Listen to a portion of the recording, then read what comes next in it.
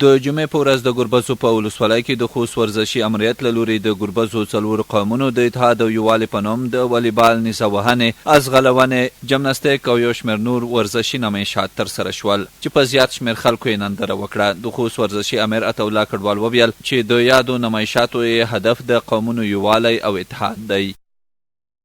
چې دا برنامه کې به خصای نیزه بازي، کبډي، والیبال، تیګ اچونه دا شیان به کې نن ورځ ځوانان را جمع دي، د خوښۍ احساس کوي. الحمدلله امن او امنیت دی.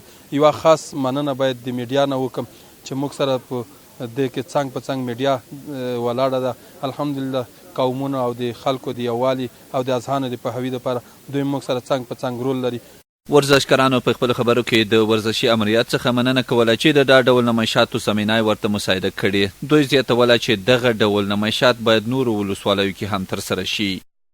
دغه لوبونه د ځوانانو تشویق، د قومونو اتحاد او همداشان د یوې سیمې او بلې سیمې ورزشکارانو د اتفاق لامل ګرځي او موږ ډېر خوښ یو د دولت څخه او د اولمپیک امیر څخه چې همدغه نمونه پروګرامونه موږ ته په لاره اچولي دي.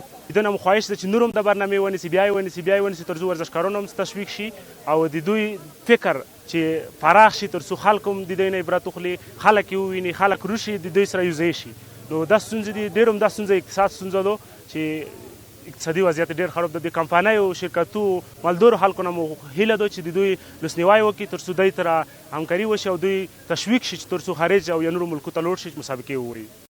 د خوست ورزشي امریت له دې وړاندې هم په یو شمېر نورو ولسوالیو کې ورته نمایشات د ځوانانو د یووالي او ورزش ته د ځوانانو هڅولو په خاطر ترسره کړي دي.